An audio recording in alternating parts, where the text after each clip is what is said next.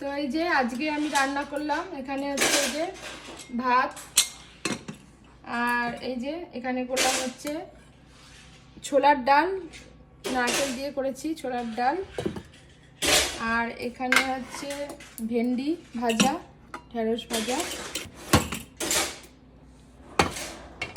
আর এখানে হচ্ছে করলাম হচ্ছে, যেহেতু নিরামিষে না পনির কি মানে ওই একই পনির খেতে আর ভালো লাগে না, তাই একটু আলাদা রকমভাবে পনির করলাম।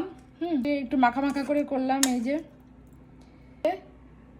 মানে পনির মালাই কোপ্তা যেরকম হয় ওরকম করার চেষ্টা করেছি, কিন্তু মাল কোপ্তাতে যেমন গোল গোল হয়, তো আমি এরকম গোল গোল করিনি, এরকম মানে ছানা যেরকম বড়া করে করা হয় তো এভাবে করেছি। এখানে রুদ্রর খাওয়া হয়ে গেছে, ওই জন্য এখানে ফাঁকা।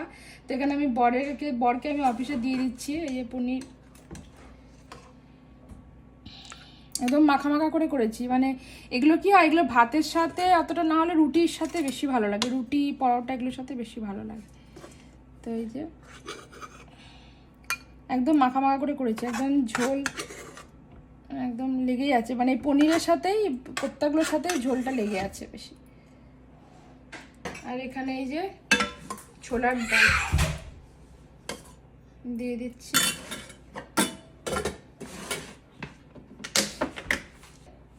নিরামিষ লাঞ্চ বরের।